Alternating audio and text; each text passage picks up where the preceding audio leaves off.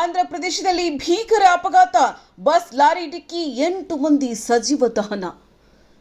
S, Andhra ಪ್ರದೇಶದಲ್ಲಿ ಭೀಕರ ರಸ್ತೆ ಅಪಘಾತ ಸಂಭವಿಸಿದ್ದು ಕನಿಷ್ಠ 8 ಮಂದಿ ಸಜೀವ ದಹನವಾಗಿರುವ ದಾರುಣ ಘಟನೆ ನಡೆದಿದೆ. ಈ ಘಟನೆ ಮಾರ್ಕಂಪುರ ಜಿಲ್ಲೆಯಲ್ಲಿ ಇಂದು ಮುಂಜಾನೆ ನಡೆದಿದೆ ಎಂದು ವರದಿಯಾಗಿದೆ. ಇನ್ನು ತೆಲಂಗಾಣದ ನಿರ್ಮಲಾನಿಂದ ಆಂಧ್ರ ಪ್ರದೇಶದ ನೆಲ್ಲೂರು ಕಡೆಗೆ ತೆರಳುತ್ತಿದ್ದ ಖಾಸಗಿ ಟ್ರಾವೆಲ್ಸ್ ಬಸ್ ಬೆಳಗ್ಗೆ ಸುಮಾರು 6 ಗಂಟೆ ಸುಮಾರಿಗೆ ವೇಗವಾಗಿ ಬಂದು ಟಿಪ್ಪರ್ ಲಾರಿಗೆ ಮುಖಾಮುಖಿ ಡಿಕ್ಕಿ ಹೊಡೆದಿದೆ. ಡಿಕ್ಕಿಯ ತೀವ್ರತೆಗೆ ಬಸ್ನ ಡೀಸೆಲ್ ಟ್ಯಾಂಕ್ ಸ್ಫೋಟಗೊಂಡು ಕ್ಷಣಾರ್ಧದಲ್ಲೇ ಬಸ್ಗೆ ಬೆಂಕಿ ತಗುಲಿದ್ದು ಭೀಕರ ಅಗ್ನಿ ದುರಂತಕ್ಕೆ ಕಾರಣವಾಗಿದೆ. ಇನ್ನು ಈ ಘಟನೆಯಲ್ಲಿ ಬಸ್ ಒಳಗಿದ್ದ ಪ್ರಯಾಣಿಕರಲ್ಲಿ ಕನಿಷ್ಠ 8 ಮಂದಿ ಬೆಂಕಿಯಲ್ಲಿ ಸುಟ್ಟು ಸಾವನ್ನಪ್ಪಿದ್ದಾರೆ.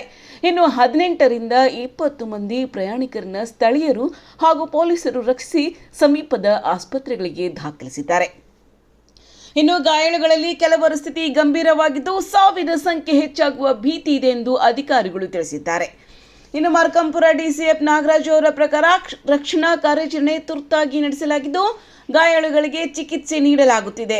ಈ ದಾರುಣ ಘಟನೆಯ ಬಗ್ಗೆ ಆಂಧ್ರಪ್ರದೇಶ ಮುಖ್ಯಮಂತ್ರಿ ಎನ್ ಚಂದ್ರಬಾಬು ನಾಯ್ಡು ತೀವ್ರ ಸಂತಾಪ ವ್ಯಕ್ತಪಡಿಸಿದ್ದಾರೆ.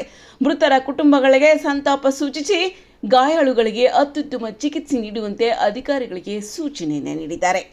ಅದೇ ವೇಳೆ ಅಪಘಾತದ ನಿಖರ ಕಾರಣ ಪತ್ತೆ ಮಾಡಲು ಸಮಗ್ರ ತನಿಖೆ ನಡೆಸುವಂತೆ ಕೂಡ ಆದೇಶಿಸಿದ್ದಾರೆ. ಇನ್ನು ಐಟಿ ಸಚಿವರಾದ ನಾರಾ ಲೋಕೇಶ್ ಕೂಡ ಘಟನೆಗೆ ವಿಷಾದ ವ್ಯಕ್ತಪಡಿಸಿದ್ದು ಸಂತ್ರಸ್ತ ಕುಟುಂಬಗಳ ಜೊತೆ ಸರ್ಕಾರ ನಿಂತಿರಲಿದೆ ಎಂದು ಭರವಸೆಯನ್ನ ನೀಡಿದ್ದಾರೆ. ಒಟ್ಟಿನಲ್ಲಿ ಅತಿ ವೇಗ ಮತ್ತು ನಿರ್ಲಕ್ಷ್ಯವೇ ಈ ಭೀಕರ ದುರಂತಕ್ಕೆ ಕಾರಣ ಎನ್ನುವ ಅನುಮಾನ ವ್ಯಕ್ತವಾಗುತ್ತಿದೆ.